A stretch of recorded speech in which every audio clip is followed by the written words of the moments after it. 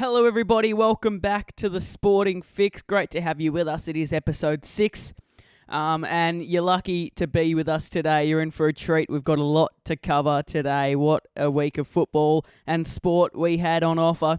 We'll obviously be analysing the Carlton and Melbourne match. We'll also be analysing the Giants and Port match. And I'll also be informing you about a special event I attended on the weekend, the Syd Barker Medal. It was absolutely unbelievable, and I'll be letting you know how that worked and how lucky I was to get along with that event. We'll unfortunately be, saluting a few of the game's greatest, Ron Barassi and Kevin Cowboy Neal. They left the world over the past week, so it's unfortunate for that. And then we'll be talking about news away from the field in football. We'll be talking about a few trades and things happening away from the field. Obviously, we'll be talking about the cricket, Australia versus South Africa.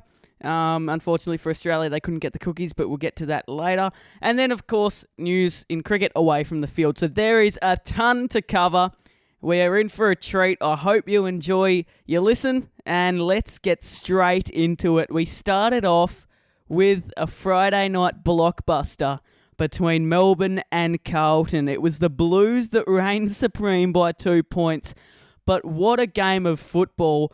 It is probably one of the best games a final has ever produced. I can't get over the fact of how entertaining it was. Cripps, he was so dynamic, just the way he burst through stoppages. He was unmatched, along with his partner in crime, Sam Walsh. Nick Newman, 30 disposals as well. It was so good. But the Blues, overall, they had heaps better ball movement and efficiency. 72% disposal efficiency for the Blues compared to 66% disposal efficiency for the Ds. And if you want to win games, you have to use the ball correctly before anything else. And the Demons weren't able to do that. So as a top 4 team, you'd imagine they should be classy in finals, but they just weren't this year and they weren't last year. A lot of turnovers for both teams in the game, but obviously more to the Demons. It was just a scrap, really, in both eyes, but it was more the Demons' fault. They dug themselves a hole that they couldn't get out of. They tortured themselves again with inaccurate scoring. It's 9 goals, 17. That's all I have to say, really. 9 goals, 17. There's not a lot to say apart from summing up the fact that they just cannot score accurately on the big stage in September.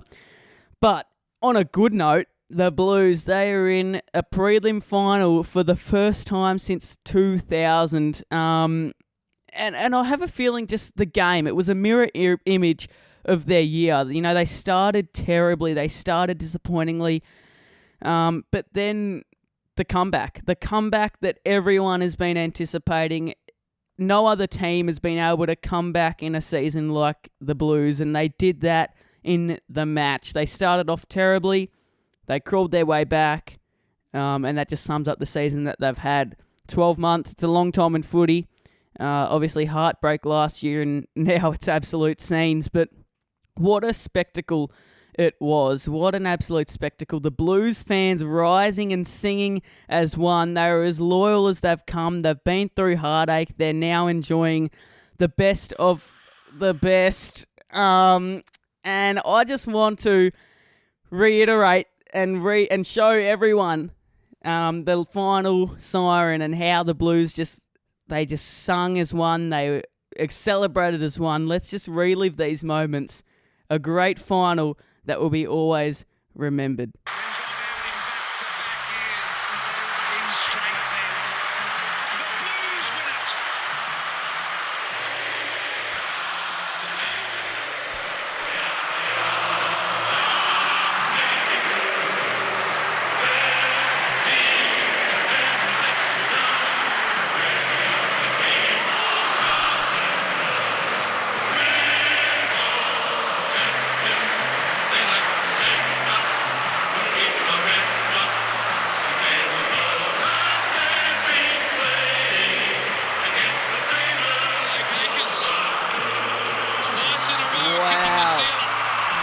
What about that? I just had to relive that moment. The way they were, 90,000 of them, absolutely screaming and chanting as one. It gave me goosebumps. What an absolute video. What a way to just kickstart their finals campaign again.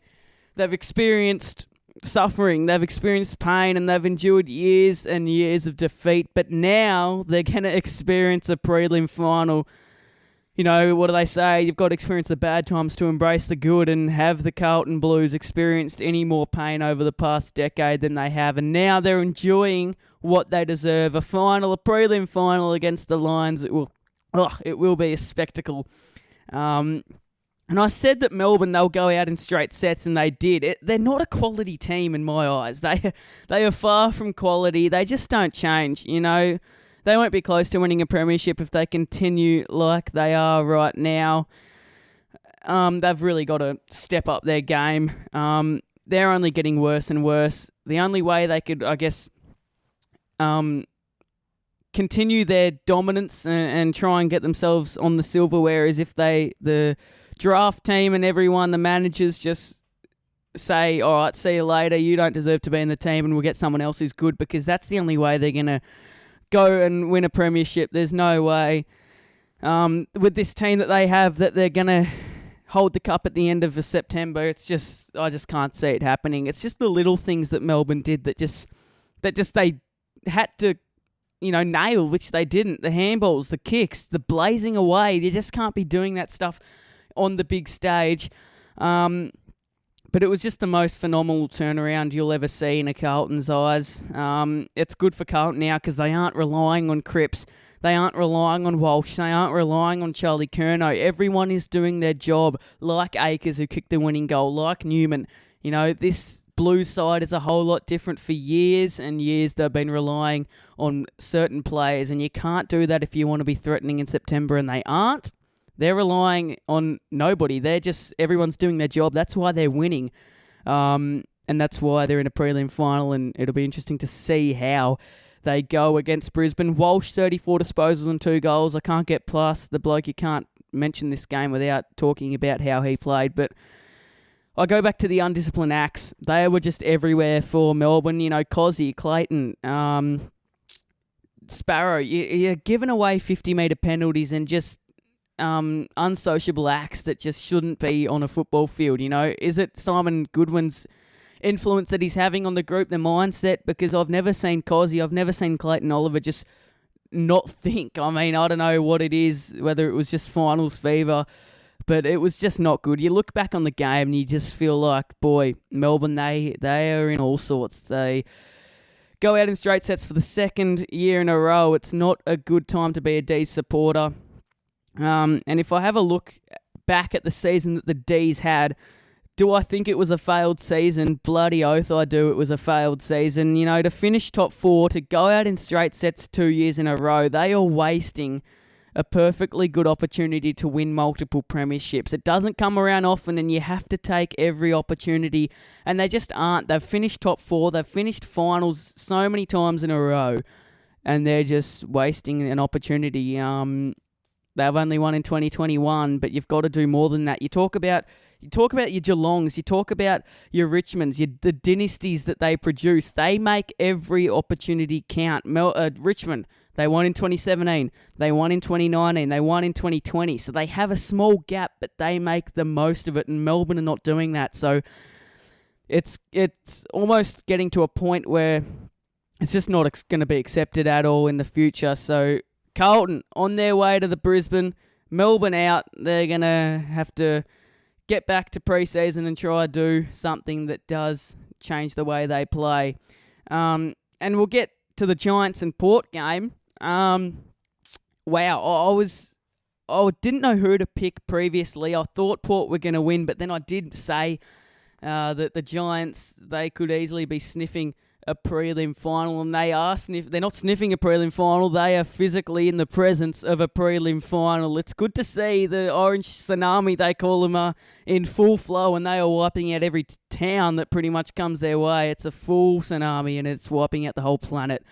They are playing as a team collectively. They are playing for each other, led by both Greaves, Toby and Tom. How good are they?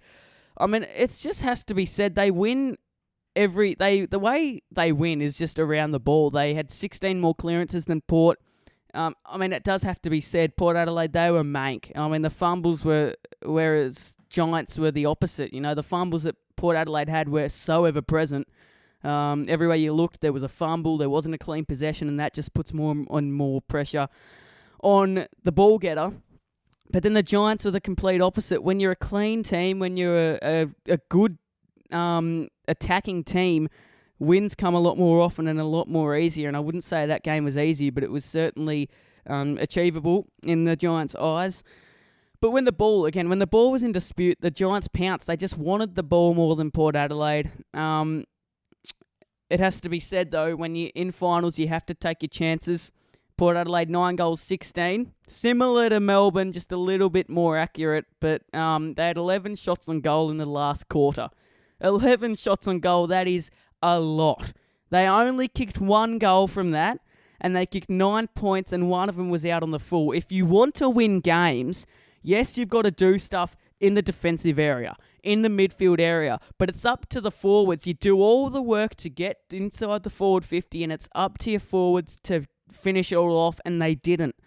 I just can't get over the fact that, you only get a few chances, and once you don't take them, it's all down in the doldrums now. So they blew it on Saturday. They blew their chance, and they blew the chance in the week before. You've got to work hard to finish top 4, right? So you had 24 rounds this season to do your best, and they did. They had a winning streak of about 13. Port Adelaide, they were doing everything right. They finally got their award, finishing top 4. Getting that second chance, and they just blew it. They're out in straight sets.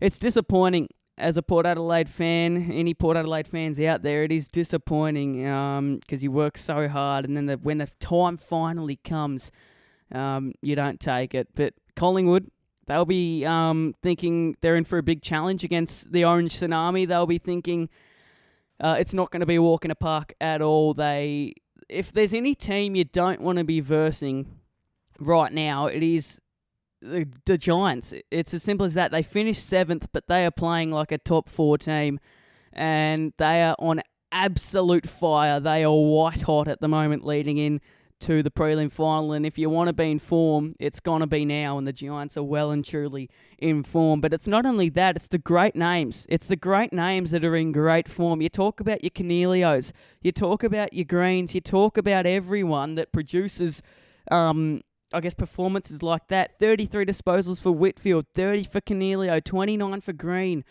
and then 4 goals for Hogan, 3 goals for Toby Green. These are players that are so crucial in the team that are producing. This is how you win games. Everyone doing their job. I spoke about it for Carlton. I'm speaking about it for the Giants.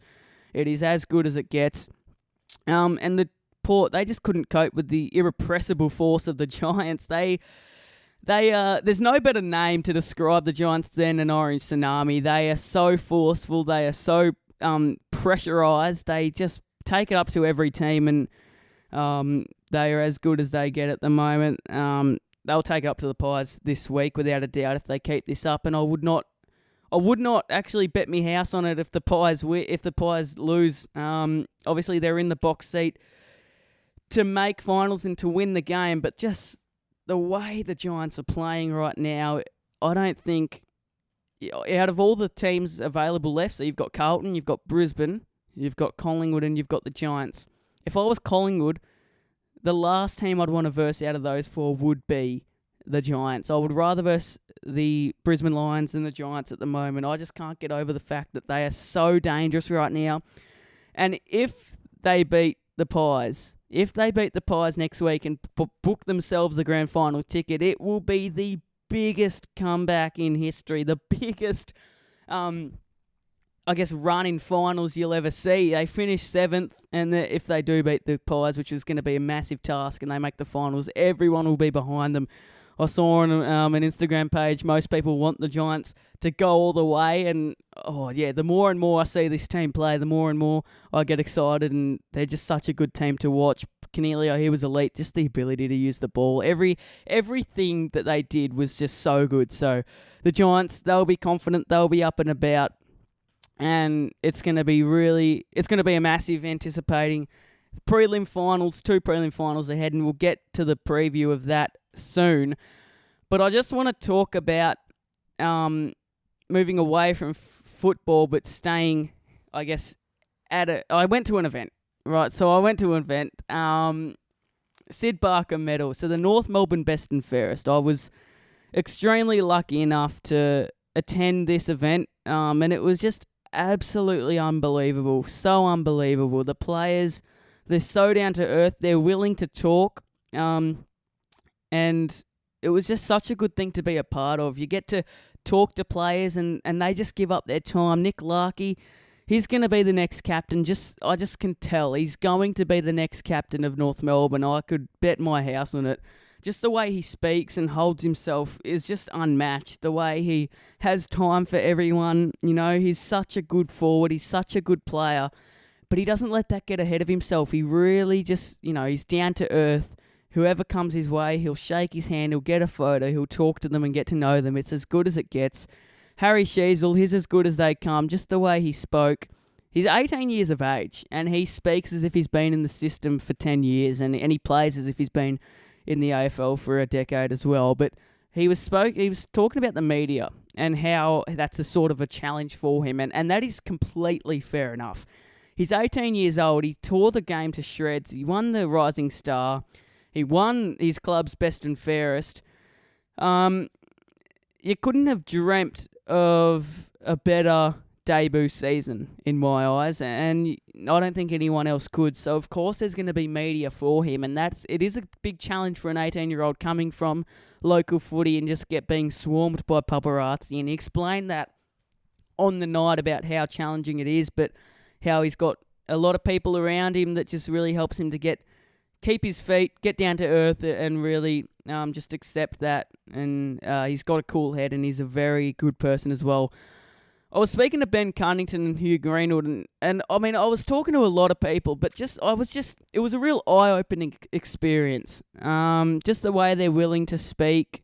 It was just such a good thing to be a part of. And the community at North is so positive, and it's hopefully that will be shown on the field where we get the actual physical results. North Melbourne, they obviously haven't been a competitive side for quite some time, but you start at the community, you start at the sources, The community at North, it is as good as it gets, players, everyone related to the North Melbourne Football Club knows that if they go there, they're going to have a good time. So when you've got a strong community base, it will flow on to the actual field itself. So it's good times for North Melbourne. They are really soaking up everything. The community at North it's really, really good. I can't get over the fact that it is very positive, and it will flow on to the results on the footy field, and they'll be a strong club. It was just such a good thing to be a part of, and the Syd Barker Medal, it was just, it's as good as it gets. So I was lucky enough to be a part of that and just experience what it's like to be at the community of a football club, and it's good times for North Melbourne. Now, we go to the preview of the 2 prelim finals this week. So we've got the Giants and the Pies. As I was talking about earlier, there's no Taylor Adams due to the hamstring, right? So he's a big, big player, but they're going to get Nick Dacos back. So it's sort of it's a bit bittersweet in a way. You lose Taylor Adams, but you get such a classy player. We saw Bobby Hill. He wasn't at training due to personal reasons. I don't know what the go is there. I don't know if he will be on the field playing over in the prelim final. Hopefully he is. Bobby Hill, he brings that spark and energy that Collingwood need. So hopefully he will be there for Friday night. Nick Dacos, he's back, as I just said, which is undoubtedly massive. There's no need to say why. He probably would have won the Brownlow if he didn't get injured. But it's going to be a packed house at the MCG. We know that. There'll probably be 90,000 Collingwood supporters just alone at the MCG.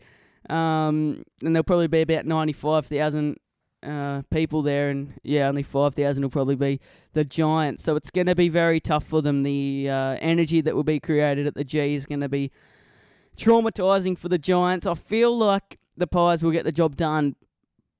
But the Giants, there's always a but. There's always a however. But the Giants, they are plenty good enough to get the chocolates at the end of the night. A fascinating fact, right? So when Toby Green kicks 2 goals against the Pies, the Giants have never lost. They've won 3 and they've lost 0 when he's kicked 2+ goals. However, when he doesn't kick 2 goals against the Pies, the Giants have never won. So he hasn't kicked the 2 goals against the Pies 7 times. So they're 7-0, 7 losses and 0 wins when he doesn't kick 2 goals against them. So I guess all eyes are turned to Toby, who's gonna hopefully produce something on the night. You know, there's questions who's gonna match up on him. I feel like Isaac Quainer will. Just the agility he has and his pure talent to beat people one-on-one is just rare. So I feel like out of everyone, it's going to be Toby Green on Isaac Quainer, and it's going to be a matchup for the ages.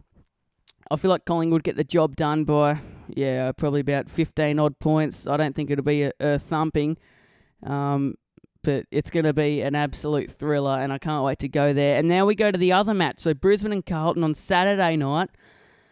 The Lions win for me. They don't get beaten up there. It's hard to go past them. It's just a bridge too far for the Blues in my eyes. They have everything they need. The Lions, they've got everything they need. They've got a quality forward line, quality midfield. Everything it's just like they're shelling peas at the moment. If you look on the Carlton side, they've done really, really well to get here, to get this far, but I feel they'll fall short in the prelim. But we talk about a failed season for the Demons. It has not been a failed season for Carlton, even if they do lose this match. They'll certainly take it up to the Lions. There's no doubt about that in the prelim final. You have to. But the Lions, I should say, are just that much better, and they'll get the job done. So I am still convinced it will be a Pies and Brisbane Lion grand final. Both of these teams are in the box seat to host a grand final, and I feel like the Pies will get the job done. So, yeah, Brisbane win for me, and the Pies win for me. So that's the finals wrapped up. We now turn our eyes to 2 of the greats that have walked the footy world.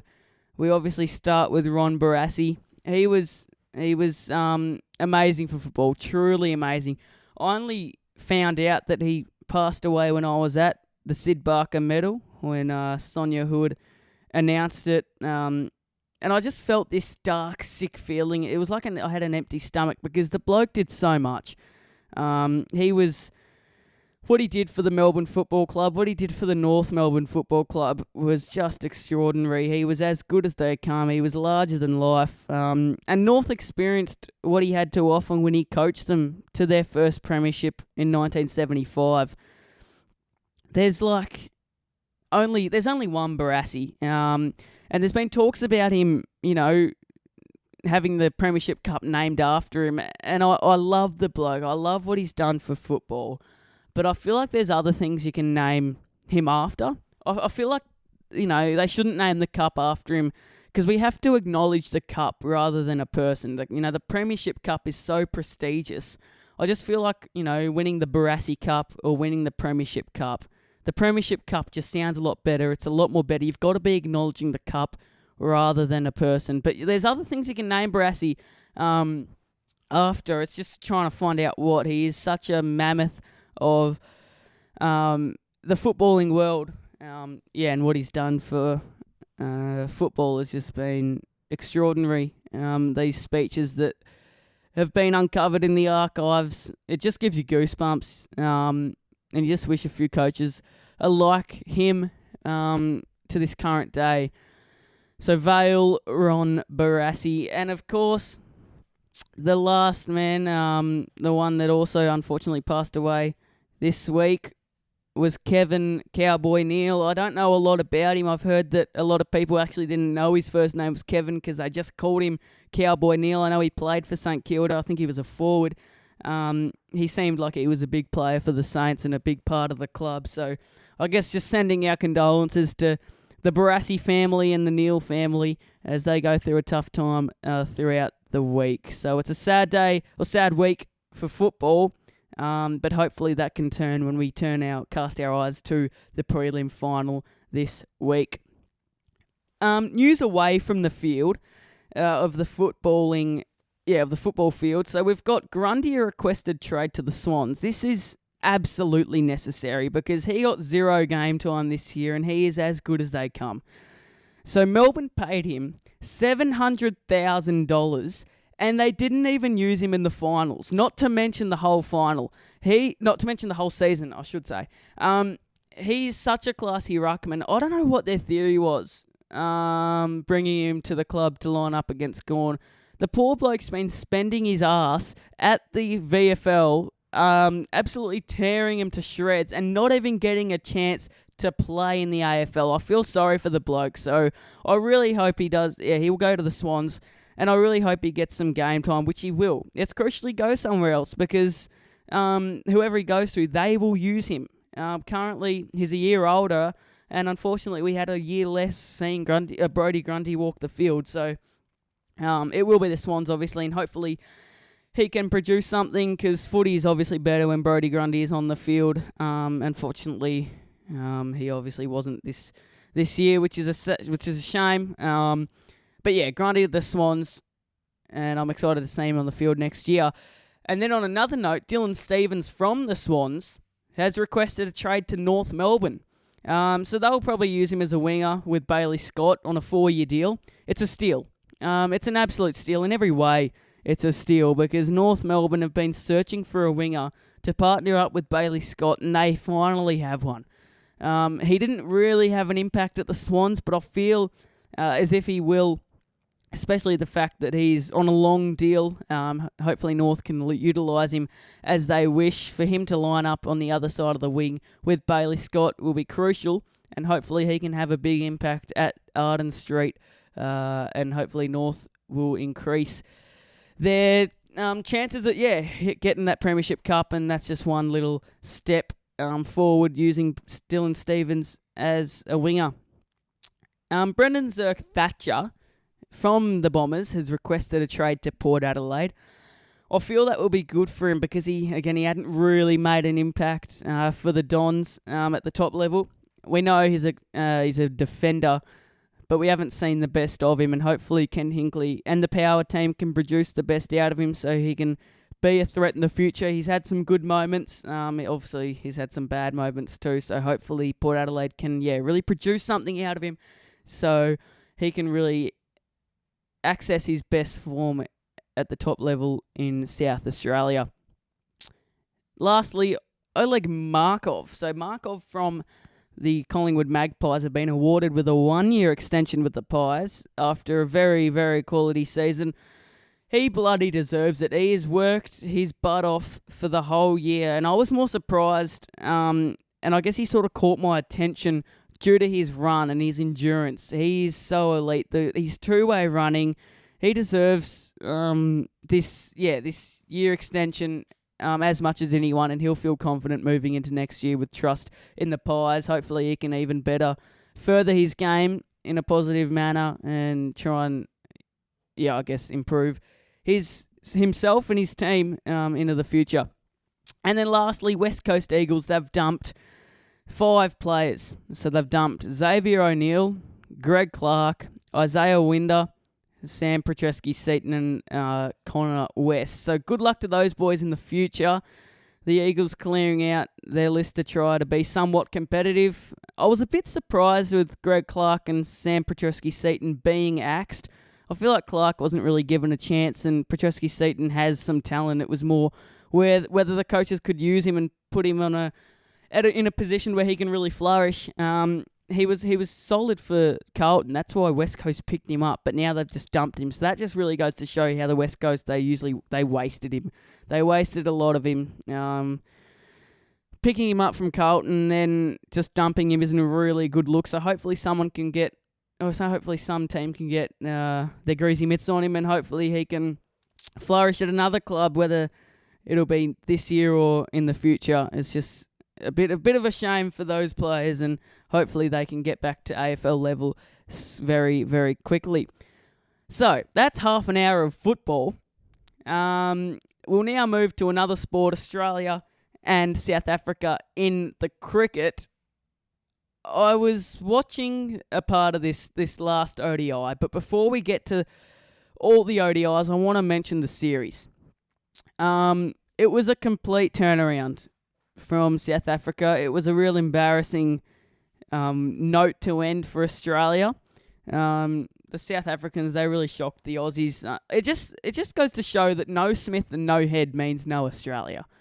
The Aussies just show they can't play without Smith and their normal bowling lineup, which is really concerning heading into the future because you're only getting older and these fast bowlers are only getting older as well. So without them, it's going to be really concerning for the future whether Australia can remain competitive in the ODIs or not. But I've sort of summed up a few of these matches earlier in the episodes, but I just want to sum up the series. So Australia win by 3 wickets in the first ODI.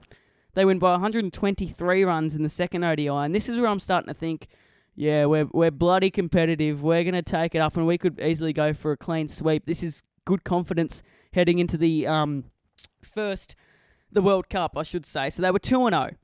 They go to the third match at JB Marks Oval, where they get swamped. Absolutely swamped. They lose by 111 runs, and this is where I'm starting to think, okay, hopefully this is just a little slump and we can bounce back. It's all about bouncing back from bad times, and Australia haven't been able to do that. Aiden Markram scored 102, not out, but none of our bowlers fired. So Hazelwood, none for 74, an economy rate of 8. Stoinis, 1 for 58. Sean Abbott, none for 31 off 3 overs. Ellis, 1 for 69. Tanveer Sangha, 1 for 64.